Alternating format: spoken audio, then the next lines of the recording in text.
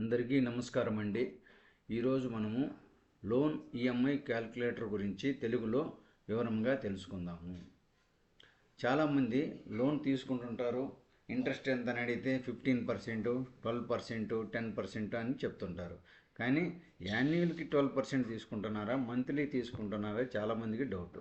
అదేవిధంగా మనం EMI calculator ఏ విధంగా చేయాలి అనేది ఈరోజు తెలుసుకుందాం. నేను ముందుగానే ఒక ఫార్మెట్ డిజైన్ చేసి ఉంచాను. దీంట్లో principal amount, annual interest, monthly interest, duration, ఇయర్స్లో, మంత్స్లో ఈఎంఐ అమౌంట్ ఈ విధంగా ఇచ్చేసాను. దీన్ని మనం ఫార్ములా ద్వారా ఏ విధంగా తెలుసుకుందాము, చూద్దాం. ఈరోజు అమౌంట్ 1,00,000 రూపాయలు అనుకోండి.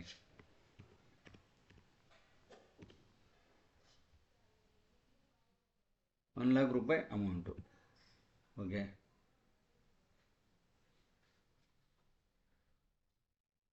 దీనికి యాన్యువల్ ఇంట్రెస్ట్ వచ్చేసి ఒక 12% ఉంచుకుందాం.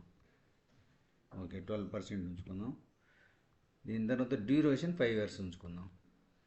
5 years డ్యూరేషన్ పెట్టుకుందాం.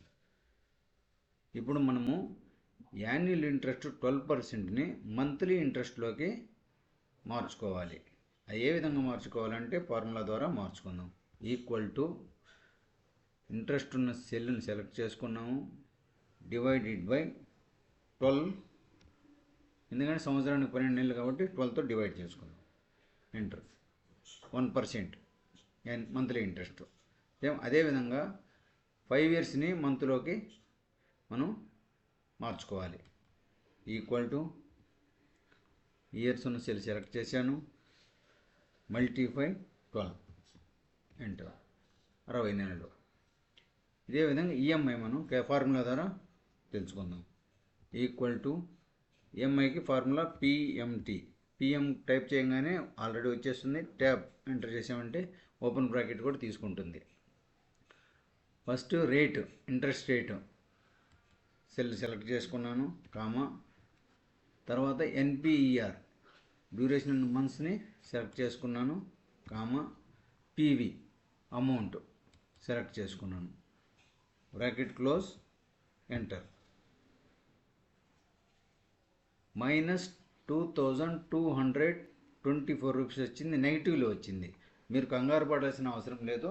ఫార్ములాలో కొంచెం మనం మార్పు చూస్తున్నాం. పిఎంటికి ముందుగా మైనస్ యాడ్ చేద్దాం.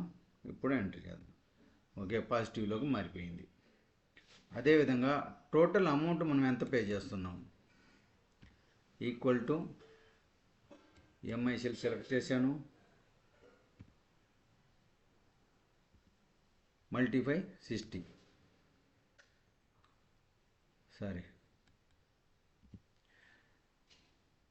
ఈక్వల్ టు ఈఎంఐ ఉన్న సెల్ సెలెక్ట్ చేశాను, మల్టిప్లై 60, ఎంటర్.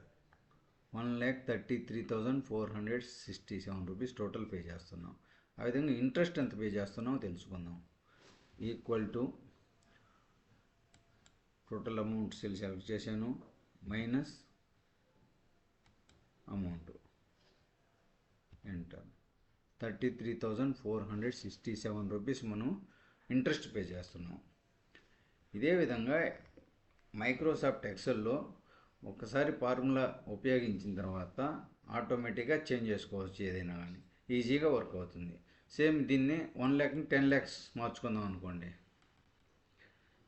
10 lakh చేశాను, ఎంటర్. ఆటోమేటిక్గా మొత్తం చేంజ్ అయిపోయింది. చూడండి, ఈఎంఐ 22,244 ఈఎంఐ ఇంట్రెస్ట్.